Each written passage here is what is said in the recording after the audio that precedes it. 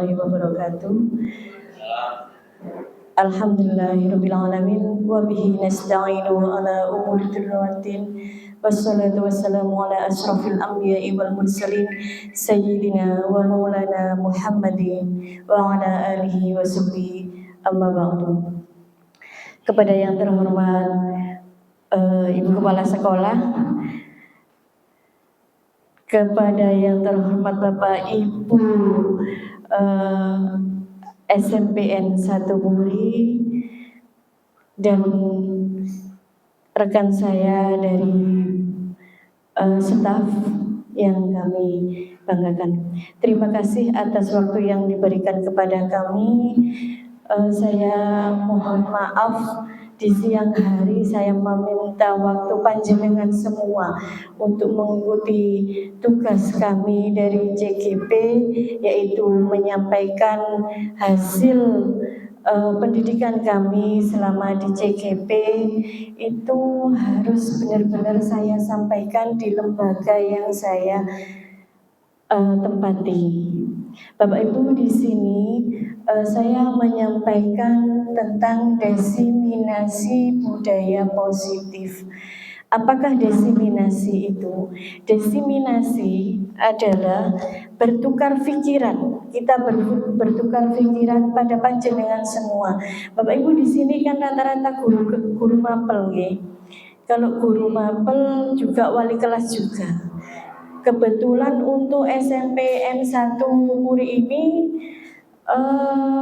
rombelnya sangat banyak sekali. Jadi semua guru mapel mempunyai kelas juga.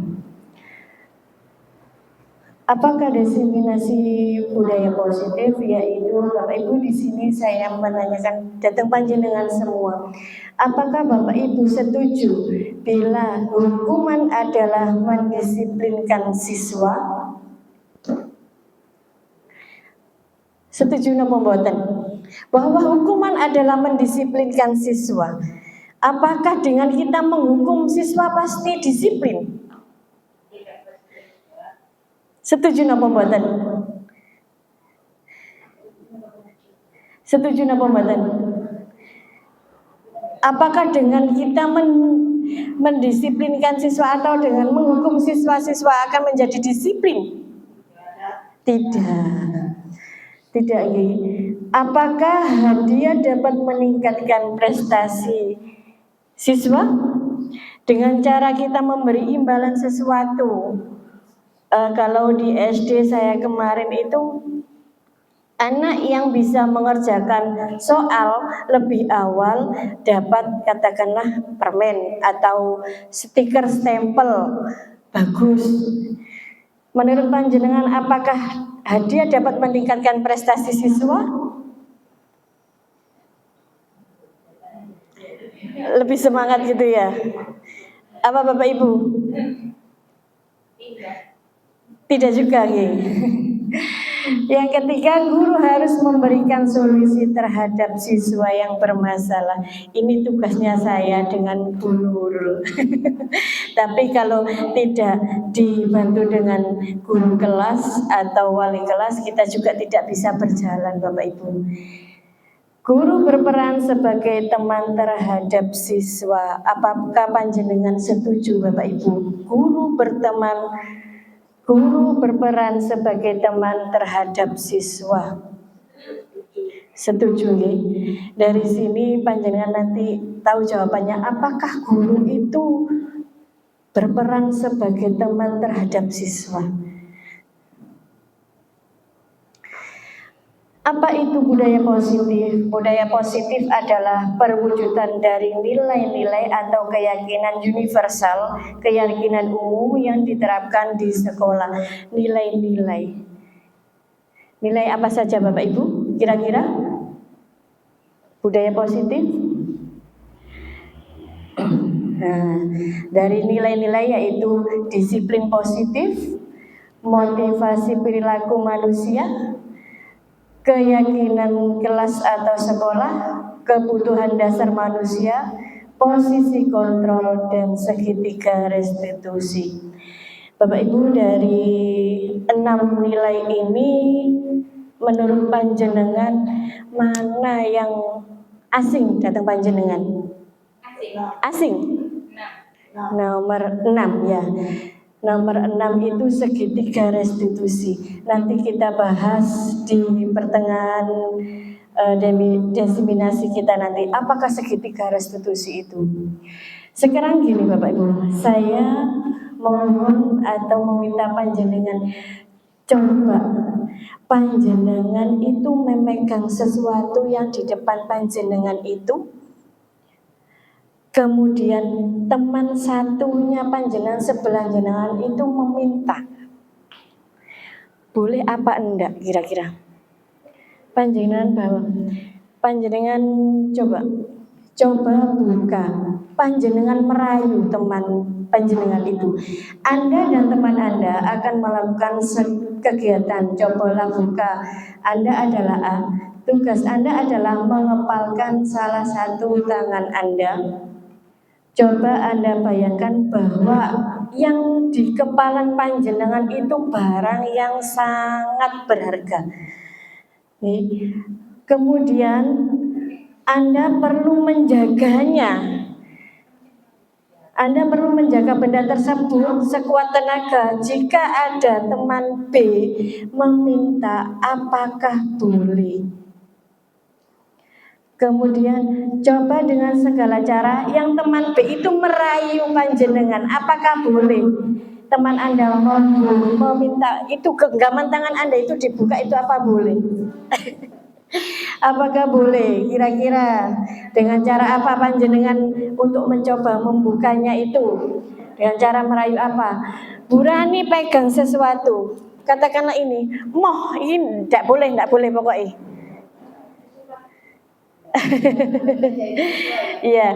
Iya itu boleh ndak berharga itu dipegang?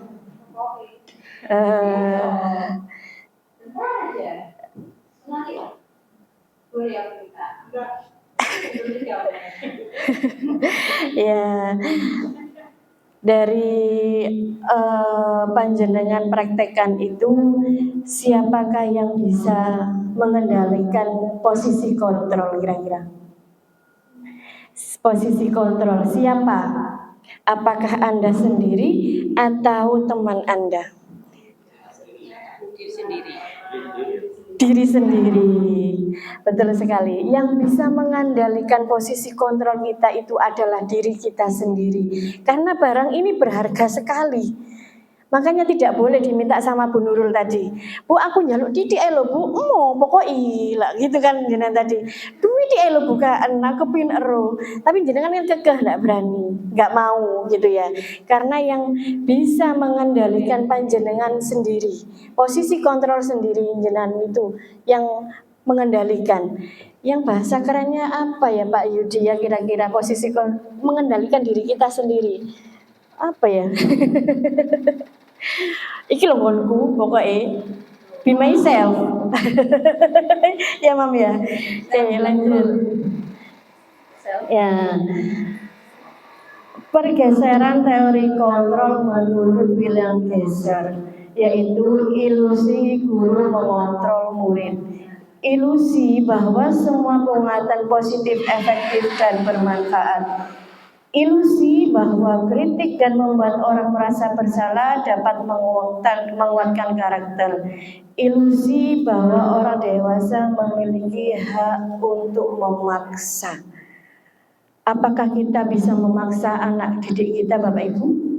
Apakah kita boleh? Tidak boleh. Saya sendiri pengalaman saya di rumah itu Bapak Ibu. Di saat sekarang itu memang kan repot-repotnya banyak tugas. Anak saya bermain, kemudian saya juga mengerjakan tugas. Terkadang itu gini, Mbak, tolong bantuin Mama untuk setrika, Mama repot. Alamak, aku loh yo repot, tugasku juga banyak, PR-ku juga banyak. Ya, kita tidak boleh memaksa anak itu untuk membantu kita. Kemudian bagaimana seseorang itu bisa merubah paradigma stimulus respon kepada pendekatan teori kontrol? Stimulus respon realitasnya adalah kita sama, bahwa teori kontrolnya kita berbeda kebutuhan Bapak Ibu. Antaranya Bu Mei sama Bu Rani berbeda. Kemudian semua orang melihat hal yang sama. Setiap orang memiliki gambaran yang berbeda. Sifat kita, kebutuhan kita, karakter kita itu berbeda. Kemudian kita mencoba mengubah orang agar berpandangan sama dengan kita. Kita berusaha memahami pandangan orang lain tentang dunia. Sama seperti tadi panjenengan, antara Bu Nurul sama Bu Siwi pandangannya berbeda. Saya sama Bu Nurul juga terkadang pandangan kita teranak berbeda. Kemudian perilaku buruk dilihat sebagai suatu kesalahan. Semua perilaku mempunyai tujuan. Bapak Ibu, di sini saya panjenengan semua itu dilarang untuk menjudge atau menghakimi anak. Ya, setiap anak melakukan sesuatu itu pasti ada alasannya. Tidak mungkin anak melakukan sesuatu itu tidak beralasan. Tiba-tiba tidak masuk. Ya, mungkin anaknya sakit, mungkin ada kepentingan keluarga atau bagaimana. Orang lain bisa mengontrol saya, hanya Anda sendiri yang bisa mengontrol Anda sendiri. Sudah kita praktekkan tadi, ya. Hanya Anda sendiri yang bisa mengontrol. Saya bisa mengontrol orang lain, Anda tidak bisa mengontrol orang lain. Ya, keinginan panjenengan tidak bisa disuruh orang lain. Ya, kita mempunyai kegiatan atau perbedaan karakter. Kemudian pemaksaan ada pada saat rujukan gagal. Kolaborasi dan konsensus menciptakan pilihan-pilihan baru. Kita tidak harus pemaksaan Bapak Ibu untuk menjadi satu tujuan. Kita harus berkolaborasi dengan semuanya. Ya, bisa itu tercapai. Mode berpikir menang kalah, mode berpikir menang-menang. Maksudnya bagaimana itu? Tidak ada yang kalah, tidak ada yang menang. Semuanya sama. Di SMPN 1 Muri ini saya lihat semuanya posisinya sama, tidak ada mana kalah, mana menang, mana kalah, tapi semuanya menang, mempunyai posisinya sendiri-sendiri. Kemudian disiplin positif. Disiplin positif merupakan salah satu cara penerapan disiplin yang bertujuan untuk menumbuhkan kesadaran serta memberdayakan anak untuk melakukan suatu tanpa sogokan, ancaman maupun hukuman. Anak-anak bisa melakukan disiplin tanpa kita berikan sesuatu, tanpa kita ancam, tanpa kita beri hukuman. Anak-anak bisa disiplin sendiri. Bapak Ibu, dari disiplin positif ini ada nilai-nilai kebajikan universal yang di profil pelajar Pancasila. Ini sudah tidak asing di panjenengan, ada 6 dimensi, yaitu beriman, bertakwa kepada Tuhan Yang Maha Esa, berakhlak mulia, berbineka global, mandiri, gotong royong, bernalar kritis dan kreatif. Ini adalah dimensi profil pelajar Pancasila yang kita dapat dari kurikulum sekarang ya Bu ya, Merdeka Belajar. Nah, motivasi perilaku manusia dengan tujuan yaitu 1, menghindari ketidaknyamanan atau hukuman. Ya kan, motivasinya panjenengan, motivasi perilaku manusia menghindari ketidaknyaman atau hukuman. Ini secara tidak langsung panjenengan sudah melakukan, Bu. Ayo, apa kira-kira motivasinya jenengan itu loh, menghindari ketidaknyamanan atau hukuman. Setiap hari panjenengan lakukan. Apa menghindari ketidaknyamanan dan hukuman? prasasti Bapak Ibu, iya kan? Setiap hari kan panjenengan kalau pagi harus absen prasasti, menghindari ketidaknyamanan atau pertanggungjawaban kita atau hukuman, ya kan? Kemudian untuk mendapatkan imbalan atau penghargaan orang lain, apa kira-kira Bapak Ibu? Untuk mendapatkan imbalan atau penghargaan dari orang lain. Ini biasanya anak-anak. Anak-anak biasanya untuk mendapatkan imbalan dan penghargaan orang lain ini. Aku tak ngarep PR, saya gak dihukum sama Bu Lina. Itu kan untuk mendapatkan imbalan atau penghargaan dari orang lain. Aku tak rajin piket, saya gak dapat hukuman dari guru kelas.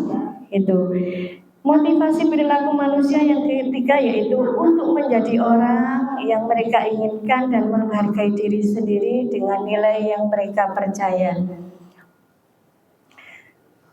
Ada 5 motivasi ya Bu. Yang keempat,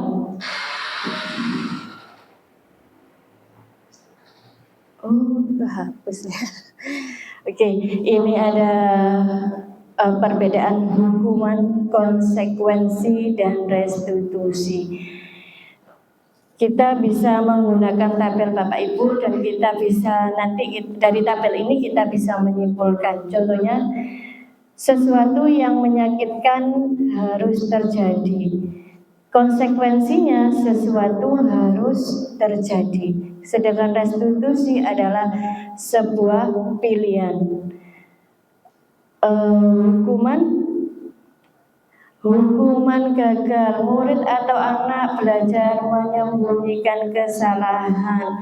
Konsekuensinya murid atau anak belajar taat peraturan. Kemudian restitusinya murid atau anak belajar memecahkan masalah. Dari Bapak Ibu mohon maaf kelihatan gak yang belakang? Tidak kelihatan.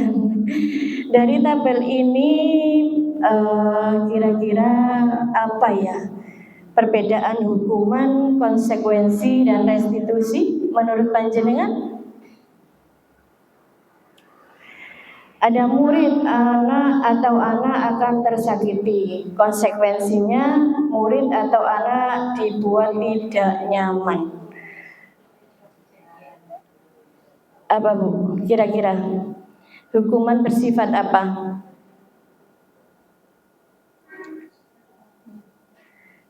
Apa kira-kira Pak Yudi?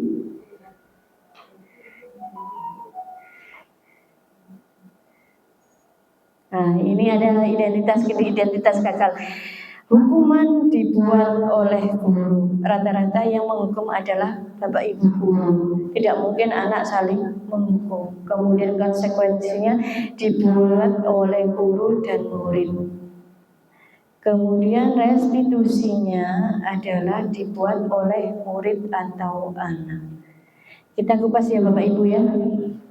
Apakah hukuman itu perbedaan hukuman, konsekuensi, dan restitusi? Hukuman itu bersifat tidak terencana secara tiba-tiba. Contohnya seperti ini Bapak Ibu. Katakanlah si Cahyo habis makan. Kalau di sini kan sudah tidak ada pakai plastik ya Bapak Ibu ya, daun dibuang, pluk, sembarangan tidak pada tempatnya. Saya lewat. Kemudian saya tanya, Dona kan sudah jelas, ayo buang sampah di tempat sampah. Secara tidak langsung saya kan menghukum si Cahyo itu adalah hukuman. Hukuman terjadi secara tiba-tiba.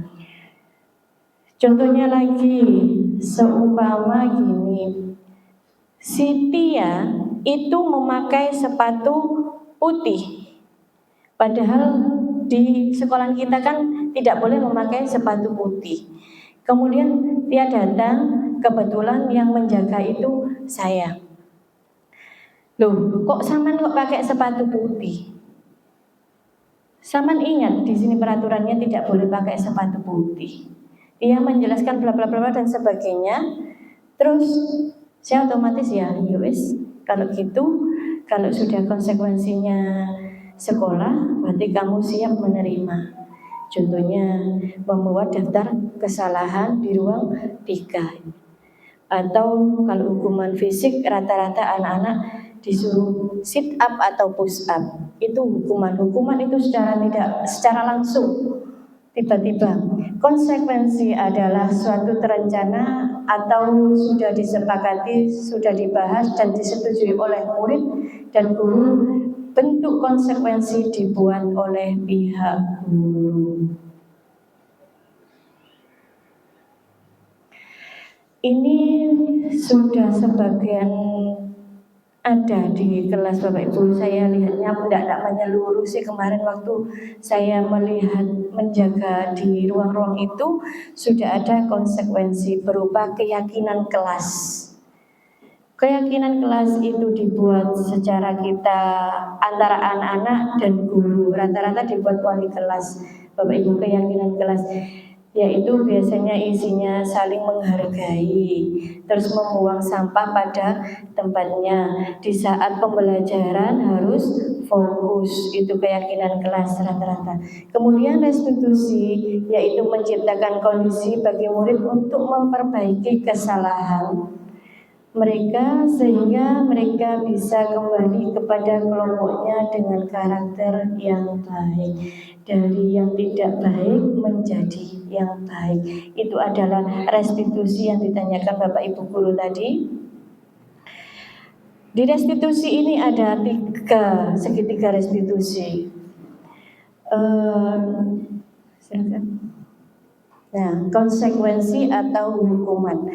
Jika anak itu mendapatkan kesalahan, mencatat 100 kali di dalam buku kalimat, saya tidak akan terlambat lagi, saya tidak akan terlambat lagi, karena datangnya telat itu hukuman. Tadi ya, secara tiba-tiba lari mengelilingi lapangan 2 kali karena terlambat hadir di sekolah, menghapus coretan yang dibuat di atas meja. Kalau SMP sudah mengerti Bapak Ibu ya, coretan di atas meja kayaknya enggak ada ini. Kalau di SD itu Masya Allah, kita enggak perlu ngecat Bapak Ibu, tapi mejanya semuanya jadi putih. Mainan tipek. Murid diminta push up 15 kali karena tidak menggunakan masker di sekolah. Ini saya ambilnya waktu COVID-19. Ini hukuman berdiri 1 kaki di depan kelas karena tidak bisa menjawab pertanyaan. Ini konsekuensinya hukuman Bapak Ibu. Kesepakatannya hukuman. Kemudian dihukum oleh penghargaan. Pengaruh jangka pendek, jangka panjang. Penghargaan tidak efektif, penghargaan merusak hubungan. Maksudnya bagaimana Bu dihukum oleh penghargaan? Penghargaan kok merusak hubungan? Nah, di sini yang baru saja kita bahas, dihukum oleh penghargaan dengan penghargaan merusak hubungan. Dengan penghargaan kita istilahnya menganakmaskan anak-anak Bapak Ibu. Ini yang akan merusak hubungan antar anak-anak sehingga menjadi circle anak-anak atau bahasa kerennya gap. Ya, paling biasanya yang dihukum penghargaan itu yang merusak hubungan adalah koordinator kelas. Kita biasanya selalu sekretaris ya Bapak Ibu ya. Jadi yang tidak sekretaris terkadang itu aku minder. Aku nggak gembul iku loh sekretaris ketua bendahara. Rata-rata anaknya di situ. Penghargaan mengurangi ketepatan, penghargaan menurunkan kualitas, penghargaan mematikan kreativitas. Terkadang anak itu malas paling sing oleh nilai ya iku tok ae. Ya. Penghargaan menghukum motivasi dari dalam diri intrinsik. Bapak Ibu, di sini saya membahas sedikit tadi sudah saya singgung mengapa keyakinan kelas bukan peraturan kelas. Kira-kira apa? Mengapa kita memiliki mengapa kita keyakinan kelas bukan peraturan kelas? Apa perbedaan peraturan kelas dan keyakinan kelas, Bapak Ibu? Hah? Kenapa, Bu? Peraturan Nggak nyampe. dibuat oleh sepihak, Iya. guru yang membuat. Sedangkan kalau keyakinan kelas dibuat bersama. Betul sekali Bapak Ibu. Kalau peraturan kelas itu dibuat oleh sepihak. Guru tersebut atau wali kelas tersebut itu yang membuat peraturan dan harus ditaati. Nggih, ngaten. Kalau keyakinan kelas itu dibuat bersama-sama. Kemarin saya pinjam kelas berapa ya? Kelasnya Bu Niswil, itu saya buat keyakinan kelas untuk praktek anak-anak. Iya, 7 yang kelas sebelah selatan Ibu.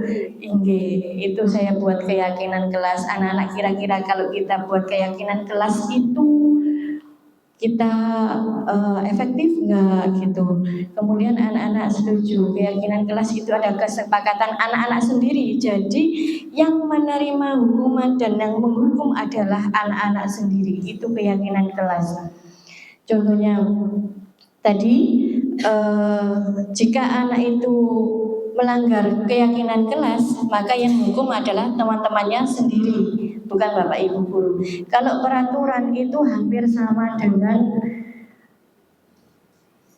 tata tertib ya Bapak Ibu ya, tata tertib. Kalau peraturan kelas itu, mengapa kita memiliki peraturan menggunakan masker dan mencuci tangan itu?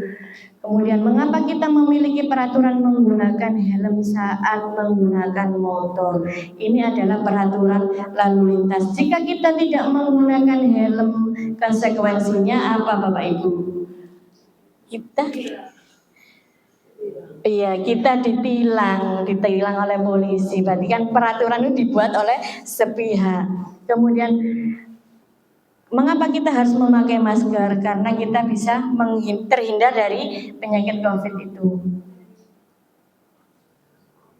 Nah ini keyakinan kelas dibuat berdasarkan kesepakatan guru dan murid bersifat universal. Jadi anak-anak sendiri yang buat peraturan, anak-anak sendiri yang menentukan hukumannya, kemudian disahkan oleh guru dan anak-anak. Kemudian peraturan biasanya dibuat oleh guru bersifat satu arah dan harus ditaati. Tapi sekarang itu kurikulum merdeka harus keyakinan kelas Bapak Ibu buatan peraturan kelas. Prosedur membuat keyakinan kelas. 1. Mempersilakan warga sekolah atau murid-murid di sekolah atau kelas untuk bercurah pendapat. Anak-anak boleh mengutarakan pendapat, kita buat audien, kita buat sticky note. Saya bagikan sticky note kemarin, kira-kira peraturannya apa saja, kemudian ditempelkan di tembok. Mencatat semua masukan-masukan anak-anak, kemudian gantilah kalimat dalam bentuk dari negatif ke positif, kemudian tinjau kembali daftar curah pendapat yang sudah dicatat dan disusun menjadi keyakinan kelas. Yang kelima, tinjau ulang keyakinan kelas secara bersama-sama 3-7 prinsip keyakinan. Biasanya sampai maksimal, kalau saya kemarin sampai 5. Kemudian menyetujui dengan menandatangani keyakinan. Keyakinan kelas harus ditempelkan Bapak Ibu. Boleh dengan menggunakan sticky note, boleh diketik, kemudian ada pengesahan wali kelas dan ketua kelas. Itu keyakinan kelas. Keyakinan kelas ditempel di dinding kelas di tempat yang mudah dilihat semua warga kelas. Bapak Ibu, ini sudah menginjak kebutuhan dasar manusia. Kebutuhan dasar manusia yaitu 1, bertahan hidup. Kira-kira apa Bapak Ibu bertahan hidup itu Bu? Dari apa contohnya bertahan hidup? makan karena sudah siang untuk makan. Petani itu pasti makan dan minum, kemudian kasih sayang dan rasa diterima. Ini setiap anak, enggak anak saja Bu, saya juga butuh kasih sayang dan rasa diterima juga, ya kan, panjenengan juga. Kemudian kebebasan, setiap anak mempunyai kebebasan, semua mempunyai kebebasan untuk bermain, tapi yo tidak terlalu bebas gitu ya. Kemudian kesenangan, kita juga berhak untuk mendapatkan kesenangan. Mau kita aja kerja ada libur, ya. Kemudian penguasaan. Penguasaan ini biasanya ibu-ibu. Ya, cenderungnya di ibu-ibu kalau di rumah. Yang menguasai rumah adalah ibu-ibu. Penguasaan. Apa deh? Nah, ini aku senang bermain kejar-kejaran dengan ibu guru karena seru. Ibu kejar aku karena ibu guru sayang aku. Aku hebat bisa buat ibu guru kejar aku. Aku bosan belajar mewarnai terus di dalam kelas. Boleh dilanjut? 5 posisi kontrol guru. Bapak Ibu, di sini saya sudah menginjak di 5 posisi kontrol guru. Bisa guru 1 sebagai penghukum, membuat rasa bersalah, kemudian sebagai teman, sebagai pemantau, dan sebagai manajer. Kira-kira panjenengan itu siang mana Bapak Ibu? Tadi menghukum tidak boleh loh.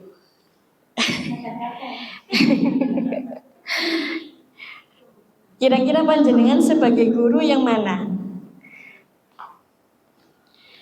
Terkadang-kadang Bu, saya juga penghukum gitu.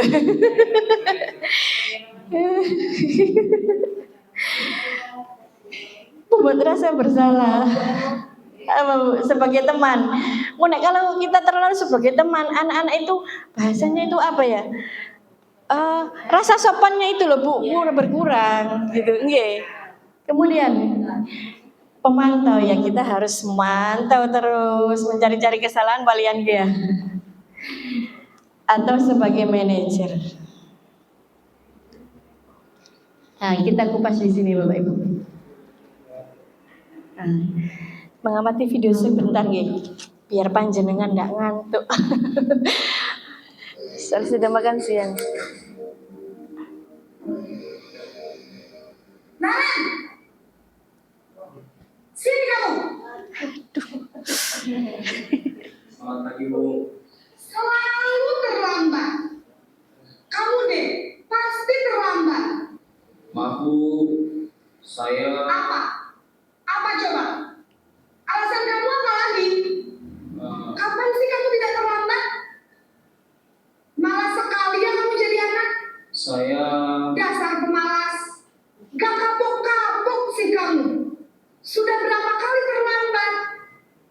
Sana, kamu keliling lapangan basket 2 kali. kenapa saya harus Ya, Bapak Ibu, di sini kira-kira Bu siapa ya tadi? Itu sebagai apa Bapak Ibu? Ayo, silakan kamu. Ayo lari, mengelilingi lapangan basket. Apa kira-kira? Sebagai apa? Sebagai penghukum. Penghukum itu biasanya terjadi secara tiba-tiba atau langsung dan tidak tercatat. Ya, langsung hari itu juga lari kamu mengelilingi 5 kali lapangan basket. ke lapangan basket Bu? Kenapa? Kamu merawat ibu? Berani-beraninya jawab. Sudah terlambat, masih berani jawab pula. Sekarang, keliling lapangan basket 5 kali sekalian. Biar kapok. Cepat, Aduh, pergi sana ke lapangan basket. belum sarapan bisa. Ada.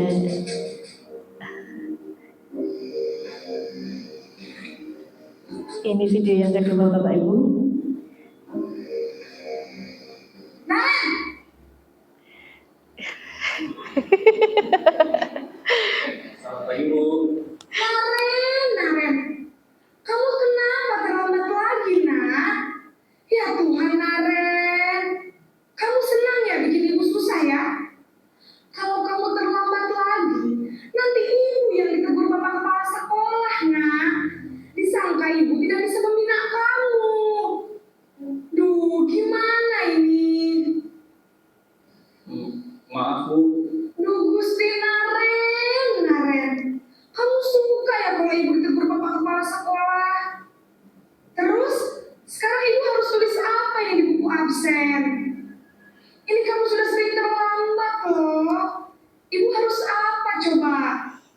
Maaf Bu, maaf sekali. Ya sudah, lain kali jangan bikin ibu susah lagi ya nak ya. Ibu tidak akan kuat lagi kalau kamu begini terus. Bisa jantungan kalau ibu tegur bapak kepala sekolah. Sana cepat ke kelas. Maaf ya Bu, maaf sekali. Nah, itu tadi Bapak Ibu pembuat rasa bersalah biar anak itu iba gitu loh. Ya Bu, saya tidak akan mengulanginya lagi. Karena apa? Bu gurunya kalau Naren terlambat terus itu loh Bapak Ibu dapat teguran ya. Jadi kita harus menyampaikan nek sama lo terlambat terus iku lho. Bu guru yang kena, bukan sampean. Kayak gitu. Kemudian video yang ketiga.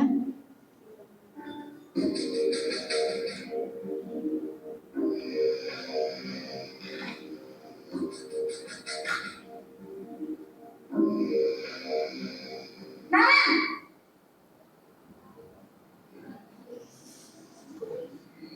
Selamat pagi Bu. Wah, sudah jam berapa ini nak? Terlambat lagi ya sayang. Iya Bu, habis ibu saya lupa membangunkan saya Bu.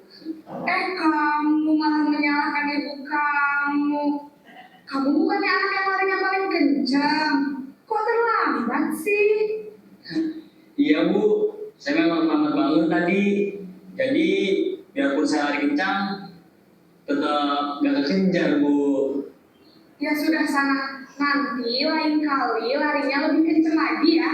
Biar gak terlambat lagi. Bikin seneng ibu, demi ibu. Bisa kan? Bisa lah Bu. Ya sudah sana masuk kelas. Ibu beresin urusan absen kamu. Kamu ini ada-ada saja.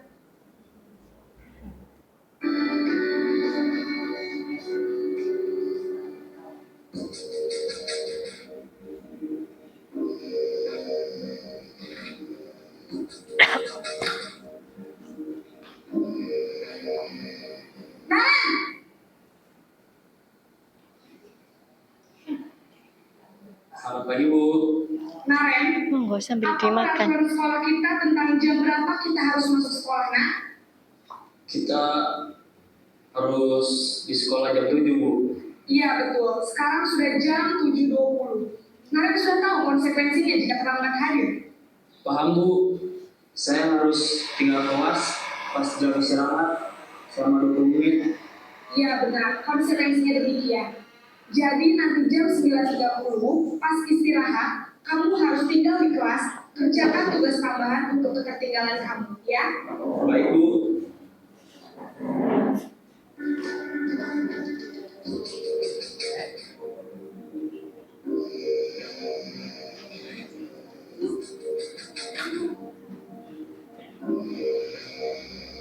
Naren! Selamat pagi Bu. Selamat pagi Naren. Maaf Bu, saya terlambat. Iya, sekolah masuknya jam 7, sekarang sudah jam 7.20. Jadi sekarang bagaimana ini Naren? Maaf Bu, saya lupa start alarm saya semalam. Baiklah, menurut kamu, keyakinan sekolah yang mana yang perlu kamu tingkatkan? Menghargai diri sendiri dan orang lain mungkin ya Bu. Setuju. Jadi, apakah Naren meyakini prinsip saling menghormati tersebut? Iya Bu, saya meyakininya. Apakah Naren bersedia memperbaiki masalah keterlambatan ini? Bersedia Bu. Bagaimana kamu akan memperbaiki masalah keterlambatan ini? Saya akan coba untuk tidak lupa menyetel alarm saya Bu. Baik, kalau Naren lupa menyetel alarm di rumah, ada orang yang kira-kira bisa bantu mengingatkan tidak? Ada Bu, kakak saya, Kak Emma. Ada lagi selain Kak Emma? Selain Kak Emma, ada ibu saya. Baik, jadi yang mengingatkan Naren adalah Kak Emma dan ibu kamu ya? Kira-kira akan mulai start alarm kapan nih Naren? Setelah pulang sekolah, akan segera saya lakukan. Baik, jadi Naren akan setel alarm untuk bangun besok pagi dan akan diingatkan oleh kakak dan ibunda Naren ya. Ada lagi yang mungkin dilakukan Naren agar tidak terlambat bangun lagi? Tidak ada Bu. Baik Naren, Terima kasih untuk kerjasama kamu. Sekarang kamu perlu kembali ke kelas untuk belajar. Baik Bu, terima kasih.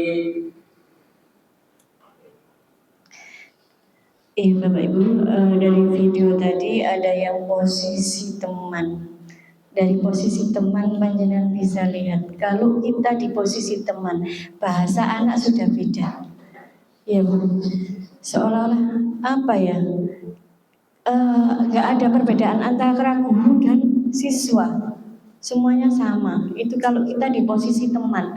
Kalau kita di posisi pemantau, seolah-olah anak itu kita pantau terus, terus anak itu merasa apa ya, diuntiti gitu loh Bu. Iya, kalau kita sebagai pemantau, terus anak itu merasa aku tok ae sing disalahno. Itu efeknya kalau kita sebagai pemantau. Sedangkan yang terakhir adalah sebagai manajer. Di situ kalau kita sebagai manajer, kita klarifikasi ke anaknya.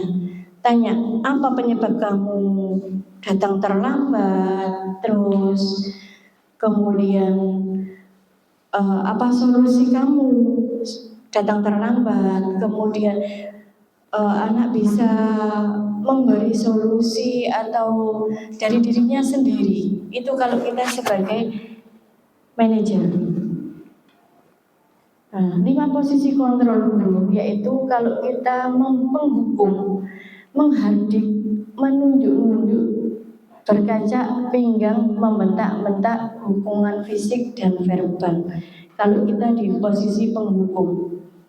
Kemudian membuat rasa bersalah. Suara cenderung lembut, tenang, namun kata-kata menyalahkan murid. Pelan lembut tapi gak enak didengar. Koyok mak telo Bu. Nggih. Lembut eco tapi kesereten. Nggih. Kemudian kalau kita sebagai teman, suara guru ramah, cenderung bersenda gurau untuk menghangatkan suasana. Tapi kita tidak tahu posisinya nanti ke depannya anak tidak punya antara perbedaan guru dan siswa. Yang ketiga, pemantau bersuara datar, tidak emosional, tidak bersenda gurau, guru mengawasi murid dan yang diberi sanksi. Dampaknya yaitu cenderung menghitung hadiah hukuman tanpa memahami sepenuhnya nilai kebajikan yang dituju. Kemudian kalau kita sebagai manajer, suara manajer netral, tidak emosional, memberikan pertanyaan bermakna.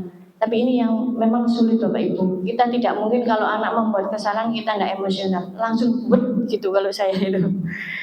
Murid menjadi mandiri, percaya diri, dapat memecahkan masalah sendiri. Nah, ini yang tadi ditanyakan Bapak Ibu guru. Saya asing dengan segitiga restitusi. Segitiga restitusi itu yaitu kita menstabilkan identitas. Ini kalau kita menangani kasus Bu, kemudian validasi tindakan yang salah. Apa yang kamu lakukan itu loh nak salah. Ya, Bu Iva juga pernah melakukan seperti itu. Kemudian kita menanyakan kesepakatan kelas atau keyakinan kelas. Keyakinan itu tidak hanya di kelas Bapak Ibu. Keyakinan itu kalau saya sebagai guru BK, keyakinan yang saya buat adalah keyakinan sekolah. Kemudian kamu tentu bisa punya alasan mengapa melakukan itu validasi tindakan yang salah. Adakah cara? Ini posisinya di manajer kita nanti. Adakah cara yang lebih efektif untuk mendapatkan apa yang kamu butuhkan? Adakah cara untuk kamu bisa bangun lebih awal? Tadi caranya Naren apa Bapak Ibu? Oh ya, membunyikan alarm. Kemudian kalau alarmnya enggak, istilahnya itu ada trouble gitu. Dengan cara apa lagi Naren tadi Bapak Ibu? Minta bantuan Kak Emma. Iya, atau ibu orang yang di rumah itu memvalidasi tindakan yang salah. Kemudian keyakinan kelas apa yang telah kita sepakati. Jadi kalau Naren melakukan tindakan itu siap melakukan atau mendapatkan hukuman. Ya, bukan Bapak Ibu yang menghukum anaknya sendiri, membuat sendiri, melanggar sendiri, ya harus siap mendapatkan konsekuensinya. Ini kemarin saya penerapan segitiga restitusi Bapak Ibu. Mohon maaf karena saya di sini masih 1 bulan, belum kenal anak-anak semua. Hanya saya ambil sampel 1 anak untuk penerapan restitusi. Selamat pagi, Saudara. Selamat pagi.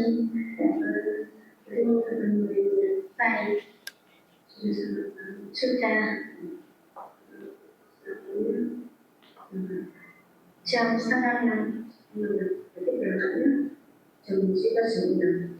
Iya. Jauh dari sini. Iya.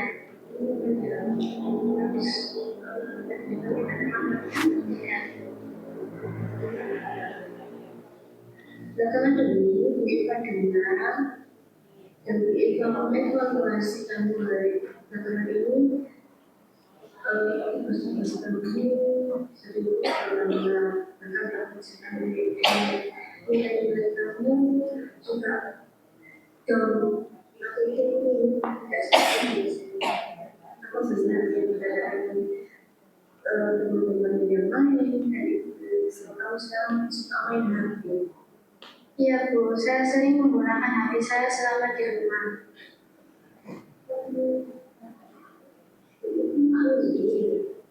Untuk bermain game juga bermain HP. Kita juga mengalami seperti itu. Kita itu suka lagi santai-santai hari tapi lupa waktu. Ya. Terus kita itu scroll, apalagi scroll TikTok atau apa itu enak. Nah, mengenal kita terus sering media sosial sehingga kamu merasa menggunakan itu apa ya, menghabiskan waktu di rumah itu hanya untuk HP. Kenapa? Gak suka yang lain gitu loh. Soalnya saya bosan dengan pelajaran. Terus HP saya itu memberikan saya hiburan dan interaksi sosial yang membuat saya lebih nyaman. Iya sih. Kalau kita itu paham dalam perasaan kamu saya. Memang HP itu membuat kita lebih nyaman, lebih senang. Tapi ingat kesepakatan kelas yang awal kamu masuk di sini, kita buat kesepakatan kelas. Masih ingat kesepakatan kelas kita? Apa? Fokus dalam pelajaran dan meninggalkan HP saat belajar. Fokus dalam pelajaran. Bagaimana menurutmu? Kapankah kamu itu melanggar kesepakatan kelas? Iya. Dengan cara apa kamu bisa mengatasi masalahmu selalu main HP itu? Saya akan meninggalkan HP saat belajar dan juga lebih fokus dalam pelajaran. Meninggalkan HP terus kesenangan yang lain.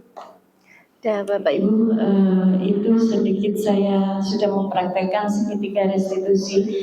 1, menanyakan identitas anak tersebut. Kita tidak boleh langsung, apa yang kamu lakukan? Gitu ya Bapak Ibu, kita harus mendalami dulu. Istilahnya kita harus anak itu biar tidak takut menghadapi kita. Semakin anak itu takut, semakin yang dibuat atau yang dijawab itu mengada-ada Bapak Ibu. Karena di usia SMP anak itu sudah bisa berbohong. Iya. Kemudian saya menetralkan dulu dengan kamu datang jam berapa, sudah sarapan apa belum. Jadi anak itu tidak langsung tegang.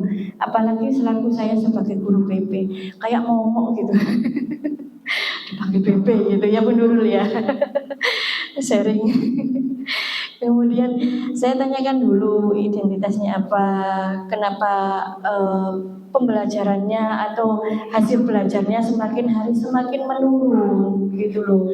Kemudian saya tanya solusinya dari dia sendiri, karena yang bisa mengontrol diri kita adalah diri kita sendiri. Yang bisa mengontrol anak itu tersebut juga anak itu tersendiri, bukan dari orang lain. Sekian dari saya. Ini sedikit saya tambahi. Mungkin Bapak Ibu ada yang belum sholat, tidak apa-apa. Ini sudah saya penerapan sudah keyakinan kelas kemarin. Ini saya ambil ruangan di kelas 9. Kemudian ini kelas dari kelasnya Bunisfil, keyakinan kelas. Ini anak membuat kesepakatan keyakinan kelas, berunding. Kemudian kalau sudah berunding, hasilnya salah satu menempelkan ke depan dengan sticky note.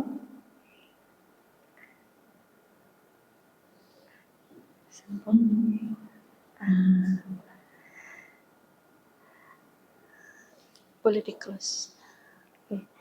Bapak Ibu, sekian dari saya. Saya mohon maaf di siang hari saya mengganggu panjenengan semua. Waktunya panjenengan dahar, waktunya panjenengan mungkin istirahat dari kesibukan yang dari pagi. Seperti itu saya juga tidak enak dengan teman-teman.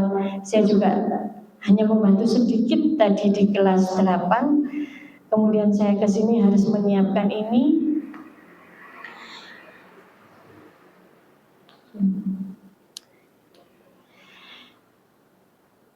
Dari saya mohon maaf apabila ada kata atau pasugatan dari saya. Saya mohon maaf yang sebesar-besarnya. Mudah-mudahan amal kebaikan panjenengan semua di sini membantu saya untuk melakukan tugas-tugas CGP ini dibalas oleh Allah dengan berlipat-lipat ganda. Bapak Ibu, dari saya sekian. Assalamualaikum warahmatullahi wabarakatuh. Monggo di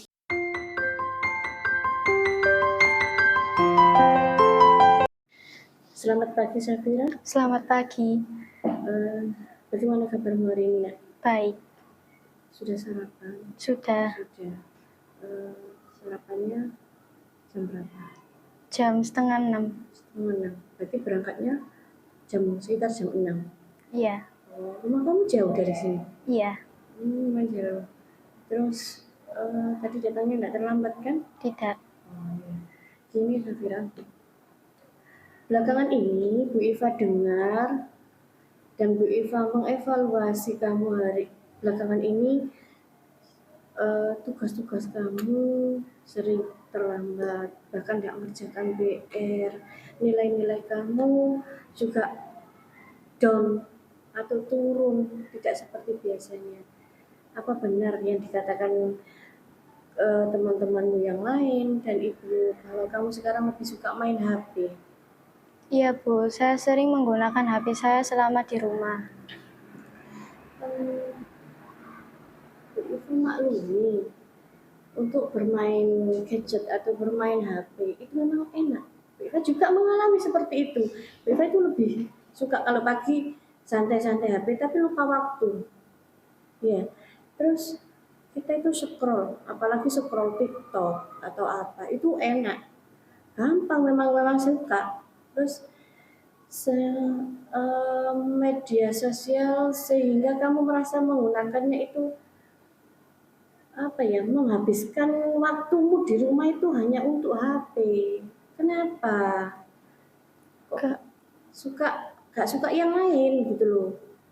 Soalnya saya bosan dengan pelajaran.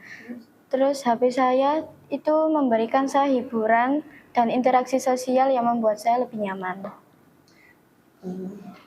Iya sih. Kalau Ibu paham dengan perasaan kamu, Safira. Memang HP itu membuat kita lebih nyaman, lebih senang. Tapi ingat kesepakatan kelas yang awal kamu masuk di sini, kita buat kesepakatan kelas. Masih ingat kesepakatan kelas kita? Apa? Fokus dalam pelajaran dan meninggalkan HP saat belajar. Fokus dengan pelajaran. Bagaimana menurutmu? Apakah kamu itu melanggar kesepakatan kelas? Iya, Iya. Dengan cara apa kamu bisa mengatasi masalahmu untuk selalu main HP itu? saya akan meninggalkan HP saat belajar dan mencoba lebih fokus dalam pelajaran. Meninggalkan HP. Terus untuk kesenangan yang lain boleh diganti dengan mungkin kamu punya masalah atau kesulitan dalam belajar. Bu Iva siap menampung untuk masalahmu, kesulitanmu apa. Kita cari solusi. Ya, solusi itu tidak harus dengan gadget atau HP. Bisa dari kita sharing ke teman, kita sharing ke ibu bapak guru untuk mengatasi semuanya. Terus di sini kami semua akan mendukungmu jika kamu mau berubah. Terima kasih. Terima kasih saja. Saya akan mencoba lebih fokus untuk pelajaran dan meninggalkan HP dan mencoba yang terbaik untuk tentang lebih fokus dalam pelajaran itu. Gini loh Safira, pendidikan adalah investasi kamu untuk menuju masa depan. Kamu kan punya cita-cita, punya harapan, punya keinginan untuk lebih baik. Dari mana itu? Ya dari pendidikan.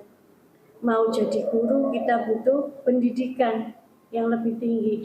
Mau jadi polisi juga kita butuh pendidikan yang lebih tinggi. Mau jadi dokter kita juga butuh pendidikan lebih tinggi. Kita dapat ilmu itu dari mana saja, bisa dari membaca buku, tapi kita itu juga butuhkan yang formal, bentuk ijazah, itu pendidikan. Ya, dari pendidikan. Kalau ilmu bisa didapat dari mana saja, dari gadget juga bisa, tapi untuk pendidikan formal kita harus fokus di situ, ya. Janji? Nggih. Janji, oke, janji. Jangan mengulang lagi ya. Nggih. Sudah. Selamat pagi Rosan. Selamat pagi Bu. Bagaimana keadaanmu sekarang? Alhamdulillah baik. Sudah sarapan? Sudah Bu. Kamu tadi berangkat telat apa buatan? Tidak Bu. Lebih ke arah sudah sesuai jam. Jujur, Ya, nggak telat. enggak Bu. Gini loh Bu Iva, tadi memanggil kamu, mau tanya apa yang kamu lakukan ke Dinda tadi? Saya tadi cuma mengganggunya dia saat sedang belajar Bu. Mengapa kamu melakukan seperti itu? Saya cuma iseng saja Bu. Apa kamu tahu tadi Dinda itu loh sampai apa namanya terpancing emosi sama teriak-teriak gitu, marah-marah. Terus kamu ada masalah kah? Ya Bu, jadi saya tadi cuma bercanda doang. Oh ya, baiklah. Sebenarnya Bu Iva itu tidak mencari kesalahan kamu, tapi apa yang kamu lakukan kepada Dinda itu tidak sesuai dengan kesepakatan kelas kita. Ya Bu, Kamu masih ingat kesepakatan kelas kita? tidak Bu. Masih ingat Bu, untuk menghargai teman, menghormati teman dan saling tolong menolong antar teman Bu. Nah, menghargai teman, saling tolong menolong. Apa yang kamu lakukan tadi, apakah sudah menghargai teman? Tidak Bu. Iya, dari situ Bu Iva tadi melihat kamu secara tiba-tiba waktunya Bu Iva mengganggu Dinda seperti itu. Dinda otomatis kan marah. Kemudian kamu bersikap baik atau menghargai teman, saling menghormati sesama teman, itu kesepakatan kelas kita. Sedangkan kamu melanggar apa tidak tadi? Melanggar. Kamu tahu kemarin sudah kesepakatan kelas kalau kamu melanggar berarti mendapatkan Sanksi. sanksi. Sekarang gini, ini baru sekali kamu melakukan pelanggaran kesepakatan kelas. Kamu sendiri juga sudah tanda tangan di situ atau mengesahkan semua satu kelas itu kesepakatan kelas, berarti harus disetujui. Ya, sedang kamu sekarang melanggar, harus menerima konsekuensinya. Saya bersedia untuk terima konsekuensinya Bu. Kira-kira kamu mau minta maaf ke Dinda? saya mau minta maaf pada Dinda dan berjanji untuk tidak melakukannya lagi, Bu. Oh, baik, terima kasih. Rosan, saya berharap kamu tidak mengulanginya lagi dan berjanji habis ini kamu harus meminta maaf kepada Dinda. Oke. Wis, jadi anak yang baik ya. Tidak boleh diulangi lagi. Iya. Ya, terima kasih.